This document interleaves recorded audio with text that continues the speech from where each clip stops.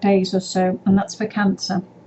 Gemini, April the 20th, which is tomorrow, Mercury will conjoin Uranus, turning into an idea factory, again brainstorming. You know, you also may hear from someone, a friend, unexpectedly, but it seems to feel like the excitement is calling towards you. And even more, again, another important day is that good old April the 23rd, when Mercury will connect to your, what I call a benefactor sometimes, but Jupiter, in a very friendly way. This is a day a friend may go out of his or her way towards you, or you may hear that good news from a friend about somebody else. Mercury is the planet of communication, so it's no longer retrograde, so signing contracts and paperwork and getting together and talking with people is a very big plus in my field around all this. Taurus, wow, you're one of the signs that will be shining starting from now and going into May. Romantically, you will be popular almost, you know, the moment Venus enters April, but that was on April the 15th. Mars enters your sign tomorrow. The Sun will herald Taurus on the 19th, which is today. So planets are starting to gather in your sign to make you feel happy and valued. Having Venus and Mars on your side in the second half of April going through into May is what they call a considerable lucky time for finding or enjoying love. So, dear Taurus, you'll be sort of alluring yourself in energy. Other people and others will pull. They'll be queuing up for you. The second half of April, not including the time near the eclipse, you know, give or take a few days, when you must not do too much of anything, because the eclipses have a big impact on us. So it's a time for you to perhaps stand still at that particular point. Would be a good time to make changes in your appearance. You will have, you know, a lot of time in early May if you want to buy things, refresh things, do things. But I really do think that May should be quite wonderful for yourselves. I do feel here that we're coming up to a short break. So I feel here that we will be back in about the next 30 seconds, guys.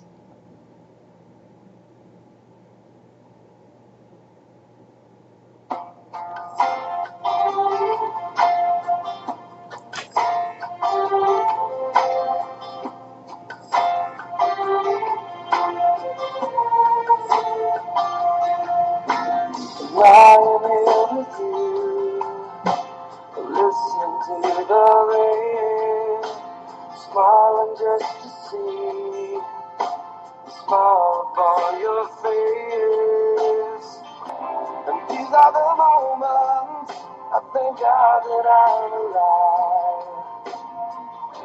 And these are the moments I'll remember all my life. I found all I waited for, and I could not ask for more.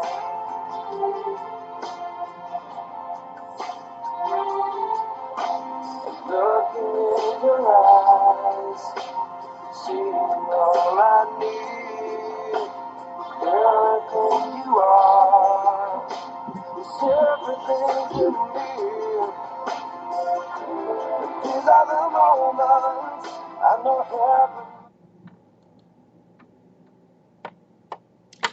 And welcome back. Told you it would all be a short break. Right, we had just finished doing the Taurian side of the astrology side, so we fast move on now to Aries. Right, Arians, the focus has now moved from your first house and you're going sort of into your worldly second, which of money and values this week. So Arians, hopefully you've made the best of the planetary influence in the sort of revamping and revising your image and putting things out there in your brand, because this is your month, guys. That new moon that we had last week on the 10th was around the Aries new moon. So now it's your time to shift your thinking to your financial affairs, and Venus entering your money zone on the 15th, which we passed a couple of days ago. So if you've been spending or a makeover in any way, it's time to stop and handle your finances. The Sun and Mars are really coming together now at this point, so it's about meeting expansive Jupiter, which is in your third house. This is a fabulous time to cultivate, to make those ideas happen, and to be quite serious in the planning and the approach, really where you want to take yourself to, because you've got Pluto in retrograde now long term in your career sector until September. Wait to approach people for serious presentation, perhaps until then, but you're in that very much what I will call thinking zone at this particular point in time. So I've really covered the astrology just to give you all a little bit of impact or input as regard over the next couple of days what is coming. Literally, we all had big changes on the 10th, which was the new moon, when I always push people new ideas, new projects, new things. Very strong new moon it was on the 10th, because it was in the ego, the Aries with the Mars, and life's giving you a push. What people have said to me over the last few days of being working on the phone lines and things is that they're starting now saying, you know, they're having brainstorms, their thought and talk pattern is going crazy, and they really want to now, it's a bit like your mind is a pencil and everything wants to be put down. You want to make everything real.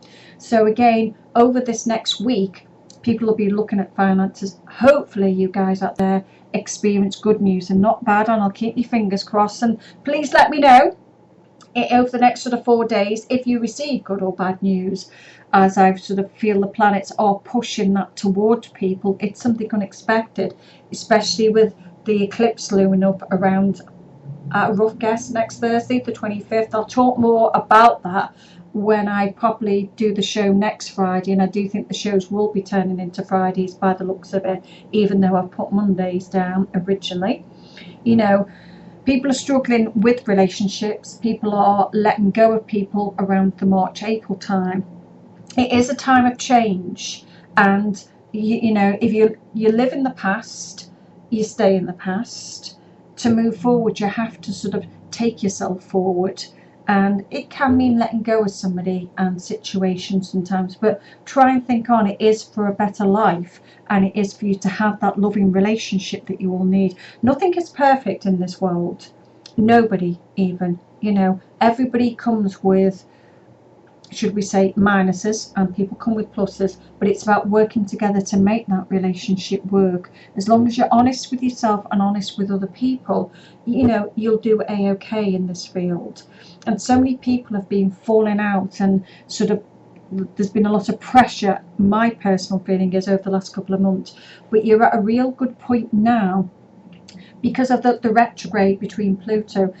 You find between April sort of to September, people are going to be dealing with divorces, signing paperwork out, signing finances out, sorting debt out, sorting their past out more than anything. A lot of you guys I know, and a few people out there, have been dealing with old relationships and divorces and paperwork for a few years. If you're dating anyone that's dealing with all that, then, you know, literally between now and September, they're getting on a pathway to make themselves ready. I have an old saying that I've used for years. If you're dating someone that's a cake and they're in an oven and they're cooking, you have to leave them there till the buzzer goes. If you turn it up, they're still going to be soggy inside. There is always a process towards people's lives. A few things or questions I've had this week is, I've met someone and they're going through a divorce. Why has he stopped? Why has she stopped? Why has this happened? If someone is going through a divorce, you need to leave them and let them go through that process. Would you offer someone a Chinese meal while they're driving the car? No, you wouldn't, because they'd crash. So your relationship will crash if you poke. Be someone's friend, step aside, have that friendship stroke more, but don't put any pressure. When someone's divorced and they're sorted and their mind is clear, they can then offer you a whole lot more. But people need time to evaluate their life. How you are when you're married, you become a couple. How you are when you're single, you're a completely different person. Your identity changes. How you look, people will lose weight because they're single, because we're in a society where people like, you know, we're single. To get another relationship, I need to now do something with myself. So, you know, take some of the pressure off. And there's a lot of people that I feel have been putting pressure on other people when it comes towards dating, or they're going through a divorce.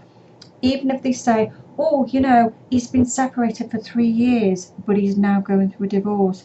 Those 3 years make no difference. You start a divorce, you take your mind, your body, your memories back to that past, back down the tiddlywink ladder, and it's like starting it all again. And it's a hard concept. Maybe I see things as a reader, as an energy reader, in black and white, but I hear about it constantly when talking through relationships. Everything has its process. We have the spring, summer, winter, autumn. You can't say, can we have spring and summer and skip the rest? It doesn't work that way. And it doesn't with relationships, in grieving, even in grieving where, oh, I met a guy, he came out of a relationship 2 weeks. Can I have him? Will he be ready? No, he won't. Does he want you? Yes. Does she want you? Yes. People will want you, but will they be ready? And that has been a major topic for the lines, or what I've heard over the last week or so. People not being ready, you know, but do they want me? If you're starving, would you always want food? Yes, you would. So you always want to be in a relationship. We always want love as human beings, but we're not always ready for that. So you have to sometimes, if you meet someone that's on a different level to you, you either have to be patient and wait for them. You can't rush them. If you're at the end of your marathon and they're just beginning, you either take a seat on the park bench and let them finish, or you move on to somebody who's at the end of their marathon with you for that relationship. You cannot push or pressure somebody, because that's where the relationship then goes wrong. So it's about sorting out your mindset. We're all impatient, that's myself included sometimes in life, but it is, you know, fly is the word that I have on one of my sites. First, love yourself. If you love yourself, others will follow, and you will attract good things into your life. A lot of people say, why have I been on my own for so long? Because sometimes you're not ready. You don't want to be ready. Or, you know, I need to lose weight. I need to buy a new car. I've not got enough clothes. My house is untidy. Lots of what I would call little excuses, because really there's something around that person or that situation that makes them not ready. And you all know when you are ready for relationships, but sometimes we hold back. Sometimes you've not met the right person. That's why you're not ready. You know, if someone's pushing you, they're not the person for you. You're thinking, you know, short-term relationships are great if you want what some of my clients call, you know, the in-betweeners, the sort of, you know, mixed salad. That's fine. That can be quite fun. But if you're looking for a long-term relationship or stability, it has to be with not always Mr. Right Now, but you really want someone who is the right person for yourselves. You know, just think on about where you're all going. A lot of you at the moment, I'm not saying you're sidetracking relationships, but I do think there's a lot of thought out there from the people I've spoke to within this week about new work and making money. It all seems to be about that. I feel that as you get into May, I feel the energy should start to rev up this weekend, if I'm honest. I think people are going to notice a lot of change in the next 4 or 5 days as regard their lives and meeting people. But I feel here that May brings on, Magic May as I call it, I feel is that will bring on a significant wow factor and be taking people onto the summer plateau, where things will really take a big shift and change. But my theory, or my little blog I've had for the last week or so, is about motivation and inspiration, you know, and it's the same for relationships or anything out there. If you're motivated and you were inspired by somebody to do something, then that is your biggest drive forwards. Allow someone freedom in their relationship. That was another question. How much freedom do I give my partner? As much as they need. If you cage them, you won't get anything from it, and it will destroy the relationship. If they want a lot of freedom and you want to have them around you more, then you have to look at whether that person suits your needs. The apple and the orange theory, as I explained to people. Both fruit, both very different. Orange is squeezy, the apple is hard, and some people with their emotions are very like the apple, that they can't express them. You either, I wouldn't say deal with that, but you can't change that apple into that orange, and sometimes that's a very, very hard concept. What I would call an emotional person. Relationships or emotions don't faze me in the slightest.